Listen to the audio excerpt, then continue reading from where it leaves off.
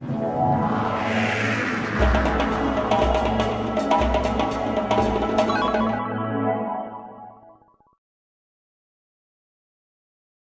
we find under adrenaline is your movements will get in half and they will speed up twice as much.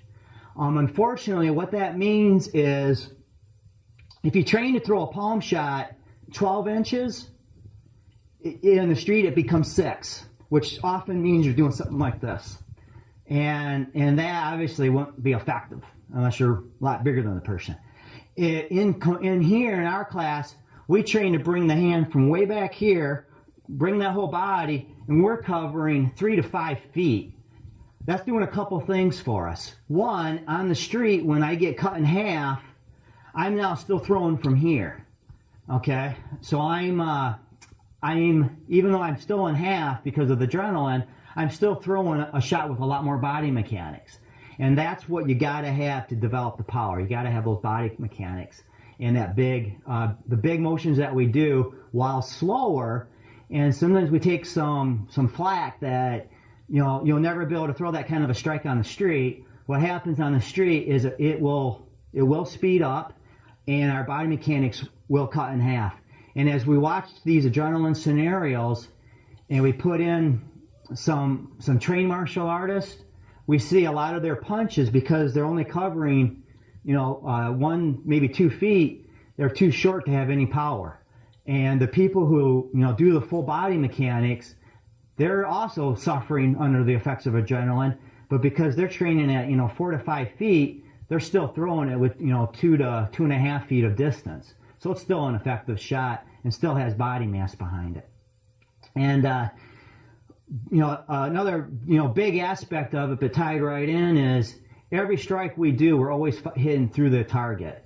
So if the person's head is here, my palm is always practicing going way beyond the target. So those big motions too, we're not surface hitters. We are hitting, instead of hitting the guy on the jaw, we're hitting the guy behind the head.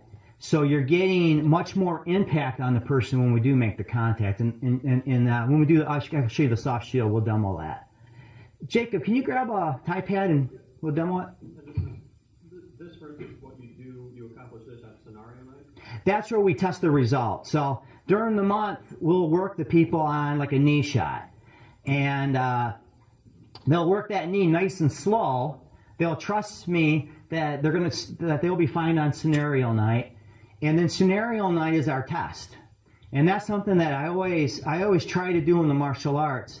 If I teach something, I have a way to test it. That way the student can know it really worked. It's not just working for me, but it's working for them. Soft shield. What happens a lot of times in the martial arts is people hold a pad, a shield. They hold it really strong. And they try to be like almost like a brick wall to the guy.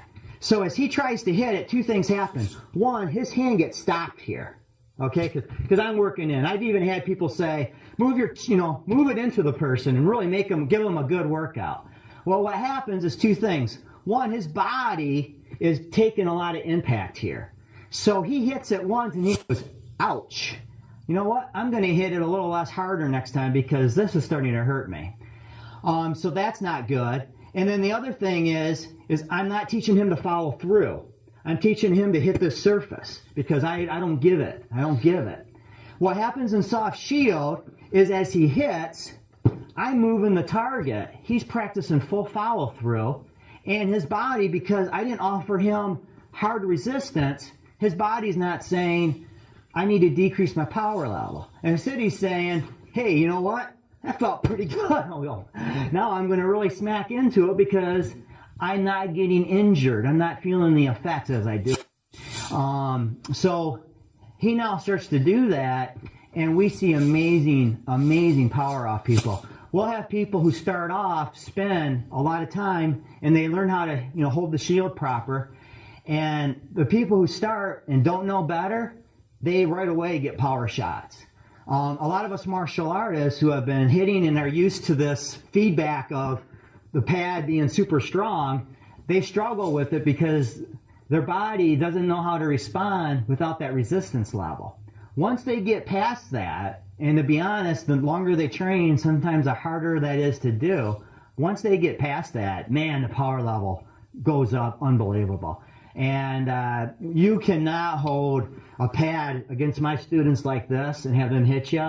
It'll tear your shoulder up, and that's because they hit just too hard, and that's just bad. But if you look at my head, as Jacob fires at me, this is what I would consider a surface hit. And if I held the pad right here, that stopped. But like I said, we train to always be hitting through. So you also want to mimic that when you hold the shield for people. As he hits, I want to mimic that action that the body is going to do. So he is practicing on follow through.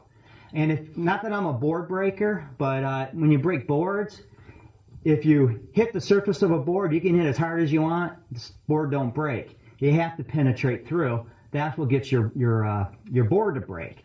And if we take that same concept of penetrating through the target, that also is a great reason why that shield has to be soft. He needs to practice his penetration. And a hard shield will stop it. So is there anything that you're missing, that the student is missing out on by not, because there's many schools that have always taught that. So is there something that they're missing out on that they have to accomplish through other training? And I tell you, in all honesty, I don't try to force ideas on my students. I present it, and they take it when they can. Okay. So I mean, I even have the trouble with my own students. There's a few of them who, they grew up punching a tree, and they're not going to stop just because we got this wimpy shield way, and I, some of my training partners will have called out all such of names they could put next to this way of holding the shield. But when I tell them is, watch my students, hold the pads for my students, and feel their power coming in, and tell me, would you want to get hit with that? And the answer ends up being no. So they still struggle with it, but most of them, as they open their minds up, we're getting a lot more people converting to this method, even though it's a flaky, wimpy way to hold the pads. Once they feel it, it's just amazing, and a lot of them are converting over. But like I say, even among my students, some of my hardcore people who have been with me a lot of years, they still are convinced you got to hit something hard. I totally say it's counterproductive. I don't want Jacob training proper technique to go follow through, and then I don't want him to go home and be hitting a sand, bag on the wall that stops, and be training himself to stop. Now if he wants to train himself that way, I can't stop him, but he gets no benefit by going home and doing that kind of training. So I honestly, on the hard targets, I would say to anybody, why would you do it versus don't feel need to do it. Really say to yourself, what are you getting out of that training? And I would totally get away from it. It's much safer on the body. Plus, let's face it, I grew up, punching walls, punching trees, and your knuckles are deformed. They don't look quite right. And I hear horror stories of people who can't use their hand right who've done that kind of training. So the human body, we got to be in this for the long haul. So look at your training and make sure that you can still do it when you're 50, 60, 70 years old. And then that also puts a different perspective on it as well. This is definitely easier on the body, and the stuff that's hard on the body, we really have to say to ourselves, why are we doing it, and look at that long-term effect as well. But if you want to go hit a Makawari, go right ahead.